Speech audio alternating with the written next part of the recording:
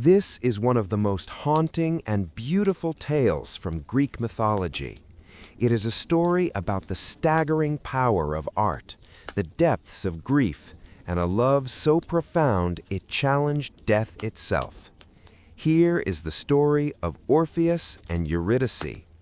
In the golden age of gods and heroes, there lived a man named Orpheus.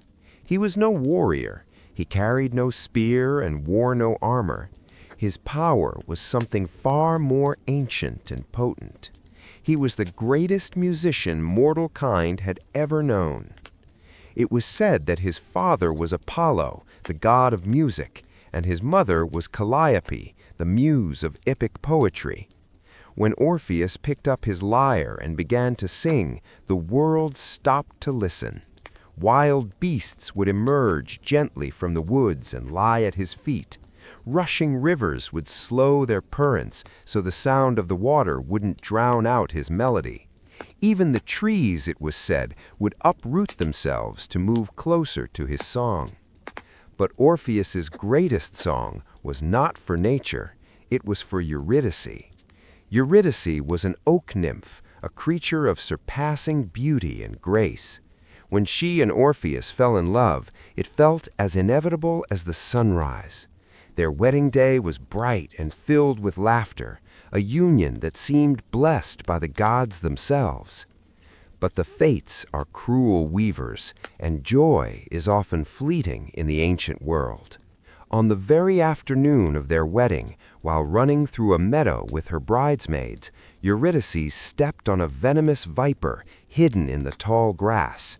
The bite was swift and fatal.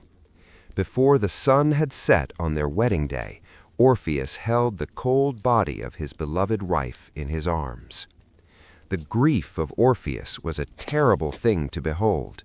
He did not just weep, he took up his lyre and played a dirge so agonizingly sad that the gods on Mount Olympus wept tears of pure ichor. The nymphs tore their garments and the birds fell silent in the trees. Orpheus could not accept a world without Eurydice, and so he resolved to do what no mortal had ever done and returned. He would go to the underworld. He would demand his wife back from the Lord of the Dead. He traveled to the cavern at Tyanarum, the steaming, sulphurous entrance to the realm of Hades. He descended into the oppressive darkness, lyre in hand. At the banks of the river Styx, the dark waters that separate the living from the dead, stood Charon, the grim ferryman. He refused passage to the living, but Orpheus began to play.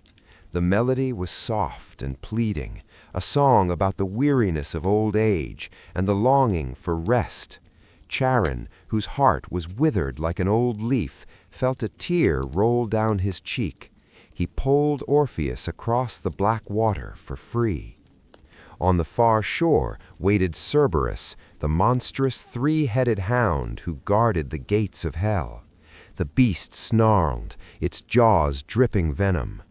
Orpheus changed his tune. He played a lullaby, sweet and hypnotic.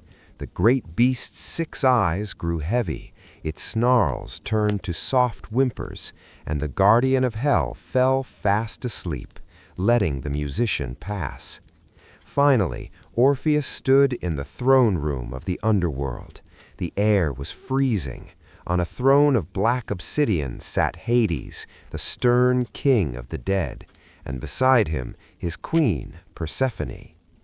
"Why have you come here, living mortal, into the land of shadows?" Hades' voice was like grinding stones. Orpheus did not speak. He played. He sang the story of his love for Eurydice. He sang of the brevity of life, of how unfair it was that a flower should be cut down before it had fully bloomed. He sang of the pain that was tearing his soul apart. It was the greatest performance ever given. In the deepest pits of Tartarus, the damned stopped their eternal labors to listen. Tantalus forgot his thirst. Sisyphus rested on his boulder. The Furies, goddesses of vengeance with hair of writhing snakes, covered their faces and wept.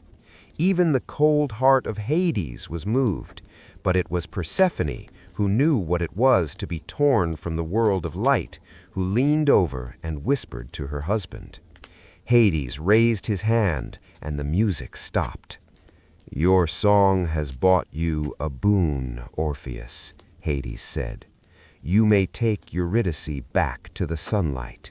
She is yours again." Orpheus's heart soared, but Hades held up a finger. "But there is one condition, a simple rule. As you walk the long path back to the surface, you must lead the way. Eurydice will follow close behind you. But you must not look back. You must not turn your head to see her until you have both stepped out into the light of the living world. If you look back, even for a second, she will return to the shadows forever." Orpheus agreed instantly. He turned and began the long ascent.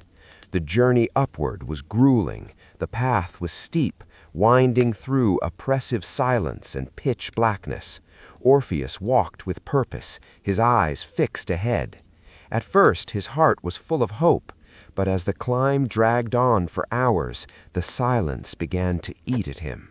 He could hear nothing behind him, no footsteps, no breathing. Eurydice was a shade. She made no sound. Doubt, insidious and cold, began to creep into his mind. Was this a cruel trick of the gods? Was Hades laughing at him right now as he walked alone in the dark? Was she really there? "Just one look," a voice whispered in his head, "just to make sure." He fought the urge. He clenched his lyre until his knuckles turned white. He thought of her face. He kept walking. Up ahead, the blackness began to turn gray. The air grew slightly warmer. They were close to the exit. They could see the faint opening of the cave, the glimmer of the true sun. The relief was overwhelming. He was only 10 steps from the entrance. 5 steps. He stepped out of the cave, the bright, blinding afternoon sun hitting his face. He had done it. In a paroxysm of joy and relief, Orpheus spun around to embrace his wife.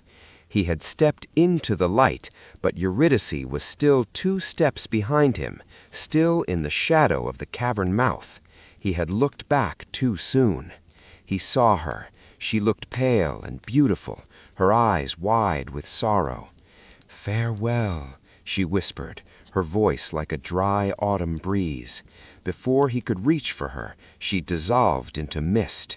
She was pulled back into the darkness, gone not because of a snake bite, but because of his own moment of doubt. Orpheus tried to rush back into the cave, but the way was barred. He had lost his chance. Broken, Orpheus returned to the world of the living. He wandered the wilds of Thrace, playing songs so sad that they say the very rocks wept. He never loved another. He lived only for his music and his grief, until the day he died, finally descending to the underworld one last time, this time to stay forever with his beloved Eurydice.